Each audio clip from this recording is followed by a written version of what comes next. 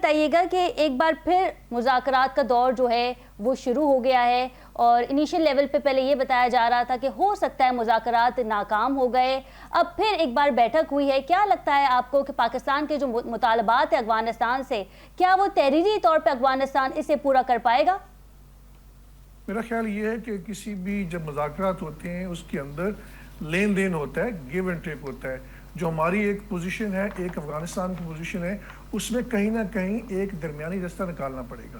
ہماری پوزیشن یہ ہے کہ آپ نے جتنی زبانی کلامی اپنی جو گارنٹیز دے رہے ہیں اس کو ذرا لکھ کر ہمیں دے دیں تاکہ ایک معاہدہ ہو جائے۔ لیکن دوسری طرف سے مطالبات یہ کیے جا رہے ہیں کہ پاکستان سے داعش جو ہے، جو کہ دہشت گرد گروپ ہے، وہ بلوچستان میں آپ نے اس کو شیلٹرز دی ہوئی ہیں اور آپ ان کو پروٹیکٹ کر رہے ہیں، آپ بھی اس قسم کی گارنٹیز دیں، اور ساتھ یہ بھی ڈیمانڈ کر رہے ہیں کہ آپ نے امریکہ کو جو ڈرون اٹیک کرنے کی یا اوور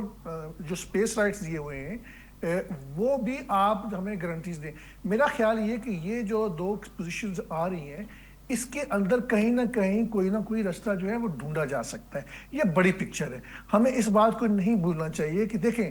ہم ایک لمبی لسٹ ہے جو پاکستان کے افغانستان کے خلاف ایک پوری کی پوری جینوئن کنسرنز ہیں۔ یہ بات ایک بندہ سمجھنے سے قاصر ہے کہ افغانستان میں طالبان کا کیا مقصد ہے، کس لیے وہ پاکستان کے فوجیوں کو شہید کر رہے ہیں، ٹی ٹی پی کو کیوں استعمال کر رہے ہیں،